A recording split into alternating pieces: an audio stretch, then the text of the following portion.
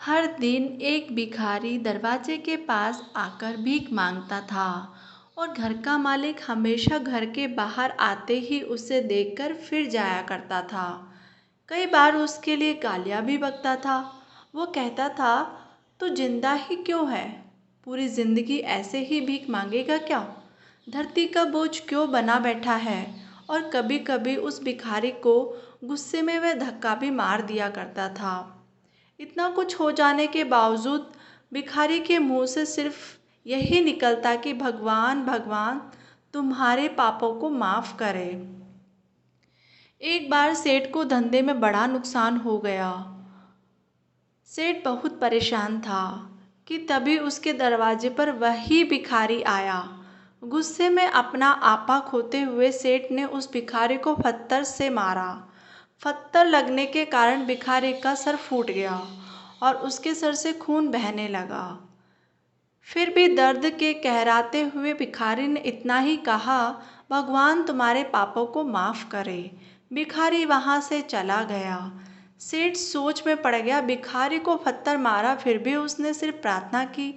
सेठ का गुस्सा शांत हुआ। शेर का मन शांत हुआ। भिखारी का रहस्य जानने के लिए सेठ ने भिखारी का पीछा करना शुरू कर दिया। भिखारी जहाँ जाता था, सेठ उसके पीछे पीछे। सेठ ने देखा कि कोई उसको खाना देता तो कोई उसको मारता, कोई अपमानित करता तो कोई गाली देता। लोग भिखारी के साथ चाहे जैसा भी व्यवहार करते, लेकिन भिखारी सबके लिए एक ही प्रार्थना करता, भगवान तुम्हारे पाप माफ करे। अब रात होने वाली थी। भिखारी अपने घर जाने के लिए लौटा। वो अपने घर पहुंच गया, लेकिन सेठ अभी भी उसका पीछा कर रहा था। एक पुरानी टूटी हुई खटिया पर एक बूढ़ी औरत लेटी हुई थी। काफ़ी कमज़ोर और बीमार लग रही थी। वह भिखारी की पत्नी थी। अपनी पति को वापस आते देख वह खाट से खड़ी हो गई। पत्नी ने अपने पति के भीख मांगे कटोरे में देखा, उसमें सिर्फ आधी बाटी रोटी थी। उसे देखकर वह बोली, आज बस इतना ही मिला?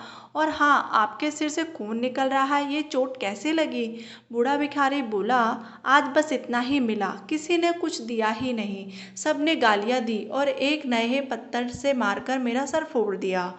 एक गहरी ठंडी सांस लेकर बूढ़ा भिखारी फिर से बोला, यह है मेरी ही पापों का फल है। तुम्हें याद है कुछ सालों पहले हम कितने अमीर थे? क्या कुछ नहीं था हमारे पास? हमारे पास हर चीज़ ज़रूरत से ज़्यादा थी, लेकिन हमने कभी दान नहीं किया।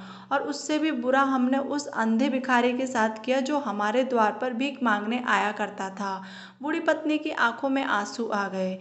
वह बोली, हाँ हाँ, उस बेचारे अंधे के साथ बहुत बुरा करा था अपन ने। उसका अपमान करते थे, उसे खाने के लिए रोटी की जगह कागज़ दिया करते थे, उसका मजाक उड़ाया करते थे और कभी कभी मारा भी करते थे। मैंने कभी उसको रास्ता नहीं दिखाया। एक बार मैंने उसके मुंह पर मिट्टी भी फेंक दी थी और वह हमेशा दुखी होकर यही कहता कि भगवान तुम्हारे किसी भी सजा देगा, भगवान तुम्हारे पापों की सजा ज़रूर देगा। उसका श्राप सच हुआ और हम इस दुख भरी दुनिया में आ गए। भिखारी बोला, हाँ, उसका श्राप सच हुआ, इसलिए मैं किसी को बददुआ नहीं देता, चाहे कोई मेरे साथ कैसा भी व्यवहार करे। मैं हमेशा उसके लिए प्रार्थना करता हूँ। मैं नहीं चाहता कि कोई भी हमारे जैसे ज़िंदगी का अनुभव करे, किसी को भी हमारे जैसे दुखों का सामना करना पड़े। वो नहीं जानते कि वह कितना बड़ा पाप कर रहे हैं, इसलिए अनजाने में हुए पाप की ऐसी सज़ा किसी को नहीं मिलनी चाहिए। सेठ वही छुपकर सारी बातें सुन सुन रहा था। अब उसे सब कुछ समझ में आ गया था। भिखारी और उसकी पत्नी वह आधी रोटी बांट कर खाए और भगवान को धन्यवाद बोलकर सो गए। अगले दिन बड़ा भिखारी फिर से भीख मांगने गया। सेठ के घर के पास जाते ही सेठ ने पहले से गरम रोटी या उसके लिए निकाल कर रखी थी। उसे देते हुए सेठ विनम्रता से बोला, माफ़ कर दीजिए बाबा, उससे बहुत बड़ी गलती हो गई। बूढ़ा भिखारी बोला, भगवान तेरा भला करे। इतना कहकर वह आगे निकल गया। इस कहानी से जो सीख लेने लायक है वह बड़ी सी सिंपल सी, आदमी की चाहे चाहे किसी के बारे में बुरा कहे या भला करे, लेकिन भगवान सिर्फ कभी की हिसाब से उसको फल देता है। क्या हुआ अगर भगवान नहीं दिखता तो? लेकिन वह बात बिल्कुल सच है। उसके खाते में सबका हिसाब बहुत पक्का लिखा होता है। इसलिए जब किसी के लिए कुछ भी करो तो अच्छा ही करो। अगर आपको मेरी वीडियो पसंद आई तो वीडियो को लाइक कर दे, मेरे चैनल को सब्सक्राइब कर दे और बेल आइकन को प्रेस कर दे ताकि न्यू वीडियो की नोटिफिकेशन आपको समय पे मिलती रहे। Thank you for watching my video.